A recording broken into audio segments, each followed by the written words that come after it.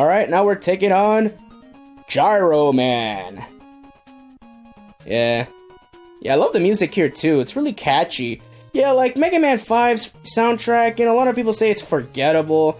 I like it. Like I said, I love classic 8-bit music. A lot of people are just more in tune with Mega Man 9 and Mega Man 8's music. And 2, to an extent, even though I think Mega Man 2's soundtrack is overrated.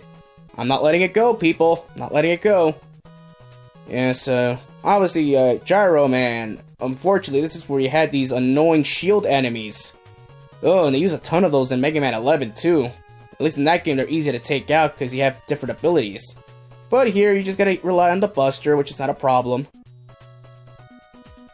Alright, and now we got chickens making a return. It's kind of a funny selection of enemies. You have chickens. Yeah. Kind of like in Mega Man 4 where you had mummies in Wily's castle. It's kind of odd placement, but hey. Hey, you need to come up with some enemies, I guess. Not all of them are going to be winners, but I like the chickens. They're cool. Yeah, I'm starting to think they took that chicken concept from the Sonic the Hedgehog series. Because in that game, you do have a scratch and grounder. I don't know.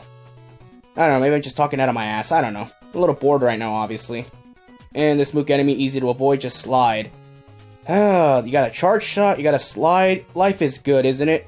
Oh, and right here, you got... Oh, this is the hardest piece to get, so be careful right here. Because you have to fall and then jump back up. Like, this is such a cryptic piece to get. Alright, I barely got it. Plus, you have these annoying-ass enemies there. Yeah, I would recommend you using Star Crash for that part, but the problem is, if you hit an enemy and they drop weapon energy... that ruins all your momentum and your immersion. The platform's gonna fall, and then you're basically fucked. That's why I don't like using special weapons for the most part. Not even if they're situational. I'll just stick to the Buster. Thank you very much. Yeah, so a lot of these enemies are just a joke. They really are. Like seriously, man, the Buster makes this so easy. Even though I'm taking pellet shots, but so what? All right, get a little bit of health there. Ow! Damn, man. I'm saying, I said this game's easy, but damn, I'm making this much more challenging than I should. Like, damn. Alright. Alright, let's take out Gravity Hold, which is Gyro Man's weakness, because Gyro Man uses a propeller. Alright, so apparently gravity is his weakness. I don't know how that works, but, fuck it. Capcom makes the rules. Alright, and he's already dead. So apparently just by flashing... we just stopped them. Like, I don't know, it's kind of odd. But at least we do get Gyro attack, I guess. It's a useful weapon. Alright, later.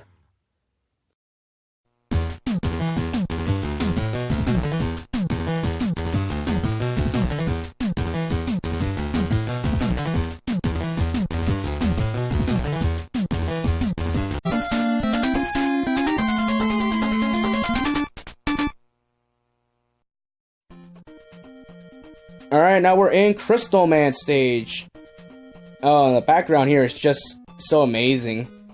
It's unique, obviously. I know the NES isn't as powerful as modern consoles, because when you think of this stage, people are gonna automatically assume, oh, well, Jewel Man's stage for Mega Man 9 was much prettier than this.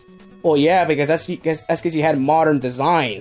That game came out in 2008. This game came out in 1992. So you gotta cut the NES some credit with coming up with these beautiful designs. So don't ever downgrade that. Oh, look, it's Eddie. We get weapon energy. Yay, thank you, Eddie. Yeah, so that's the only time you...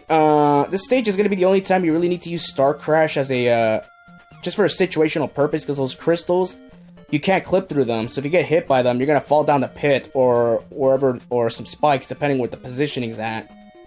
And then, of course, you have these, Diamond Joes, I believe?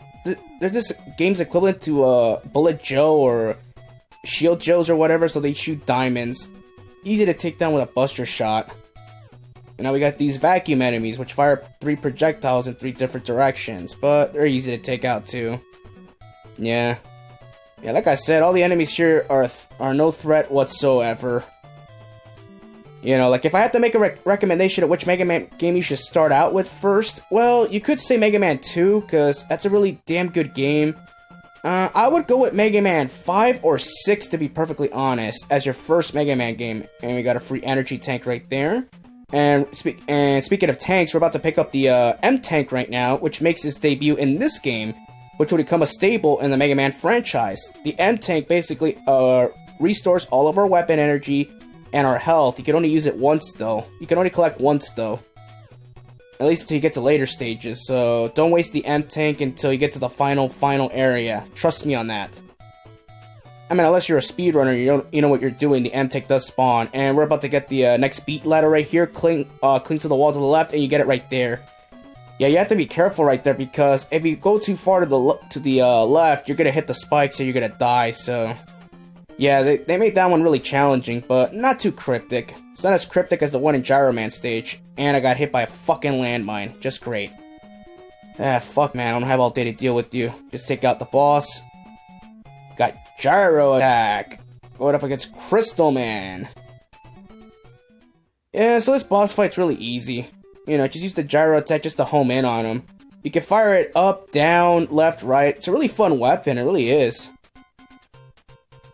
You know, it's a shame that you have to well, it's not a shame, obviously. It's cool that you can aim it in any direction. It's really a fun utilitarian weapon to use. You know, it's probably the best weapon in the game, to be honest. But, yeah. Alright, I'll see you in the next area.